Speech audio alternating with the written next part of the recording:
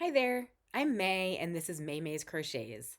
I'm a beginner crocheter just starting off on my learning to crochet journey, and I've been working my way through a bunch of the Woobles Learn to Crochet kits as a way to learn how to crochet.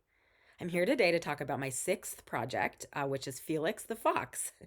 I made videos about my previous five projects, and in my very first video about Kiki the Chick, I also talk about the Woobles in general, if you want to take a look at that one. But today we're going to talk about Felix the Fox. So let me show you the kit. Here's the front of the Felix the Fox kit. There you can see him. And let me turn it around. This is the back of the kit. So just like all the other Woobles kits, it comes with absolutely everything that you need to finish this adorable fox. So without further ado, let me show you how my Felix the Fox turned out. Here he is. Okay, so he's got his body, he's got his white tummy, he's got his nose and his little black embroidered part of the nose, he's got his eyes, his ears, and his tail. Hello. What do foxes say? Okay. So Felix the Fox. I decided with this one, actually similarly to my last one, that I didn't want to use the 4mm crochet hook that the Woobles kit comes with. I wanted to try going down a size crochet hook because my previous kits had some holes that you could see the stuffing through, which maybe like isn't great. And I had read that going down a hook size is a really good way to try to mitigate that. Um, so I made Felix the Fox with a 3.5mm crochet hook. The Woobles kits, they come with a pre-started crochet piece that's the magic ring kind of circle part. And then you work off of that one. But I actually just redid that whole part of it to start off myself with the smaller crochet hook so that it wouldn't end up like starting off with like thicker, wider stitches and then getting smaller. So the top actually looks pretty good. You don't really see a ton of holes there, but there's still definitely holes that you can see. You can sort of see the stuffing through there. So I think I'm going to keep going down in hook size. The Woobles come with a 4mm hook. My last project, Cornelius the Bee, I did a 3.75mm, and then this one I did 3.5, and I think I'm going to keep going even smaller and see if the holes can disappear. I've also read maybe it's just the way that this yarn is. Maybe it has to do with how much I'm stuffing, but I kind of don't think it's that. So yeah, I'm gonna keep working that way, though it still looks, pretty fine.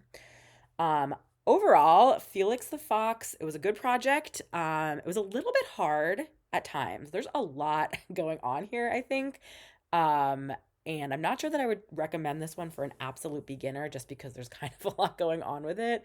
But again, the Woobles kits have all of the detailed videos showing you exactly what to do all the way through. So that is really helpful. So if you're up for like a challenge, I think an absolute beginner could do it. But otherwise, I might recommend sort of working your way up to it. Stitch wise, it still is the basic stitches, single crochet, increase and decrease. So that wasn't too bad. The Wooble body itself is very similar to all of the other ones. It's just that the other parts are a little bit more tricky. So let's see. The stomach, this white stomach here was just sort of, you started the magic ring yourself and made round. So that wasn't too bad. I did struggle a little bit with getting that circle sewn on in the right spot. I actually had to, like, I did the whole thing and it was not in the right spot, and I undid it and redid it a second time because I wasn't happy with how it came out. The snout as well, I had trouble placing it exactly where I wanted it. And so I think I also took that one out and redid it, which is fine. That's the beauty of crochet. It's just yarn. You can kind of undo it pretty easily and start again.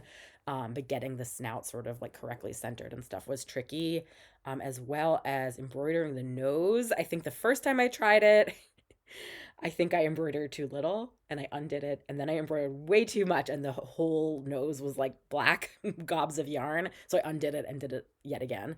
But I think it came out okay this time.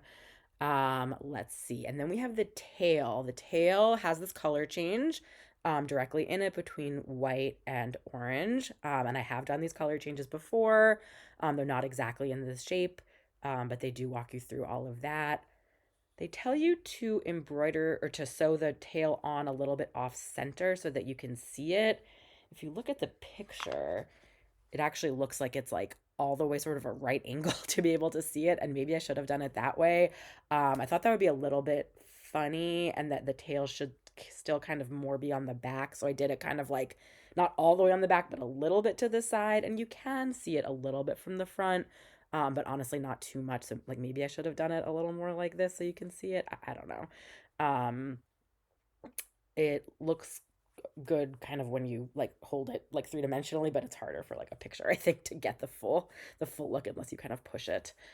And then we have the ears. So the ears were a little bit tricky. Again, color change, but this time instead of this one, you do the color change like a couple rounds in, I think, between the white and the orange. For the ears, you actually start with black and you do the color change right away. So the magic ring round one is black, but round two is orange. And so you have to do the color change to orange kind of at the end when you're still doing the magic ring and it's not yet secured. So that definitely was a challenge. That's like another, I think, big reason why I would say maybe for a beginner, this is a little bit advanced. It's a little bit tricky already to do the magic ring, and when you add in a color change on top of that, definitely a little bit tricky. Again, I think my placement, I like sort of struggled with getting them exactly symmetrical in exactly the right spots. But again, I'm like probably overthinking it. Overall, it came out fine. You embroider this little white, they called it ear fuzz, which is like weird, kind of funny. I guess it is like fuzz or fur, maybe we'll say fox ear fur, with the white, and it just adds a sort of nice accent. So again, yeah, a bunch of kind of harder pieces, I guess. This took me, I would say, quite a while in terms of time compared to some of the other kits, which were a little more straightforward just because there's so many parts to it. But in some ways, it's very satisfying that he came out looking like he did because there really are a lot of pieces to it, and so you can see sort of the complexity. They do include Felix the Fox, I believe, Woobles in there. They have what they consider like a beginner bundle or an easy peasy bundle. And I think Felix the Fox is part of that. And I think that's interesting just because he is definitely not the easiest of all of the kits that I've done. But they do have the instructions and they walk you through everything. And so if you're up for a challenge, I think Felix the Fox is a great one and he comes out great. So yeah, that is Felix the Fox. Thank you so much for keeping me company, and I will see you next time. Bye.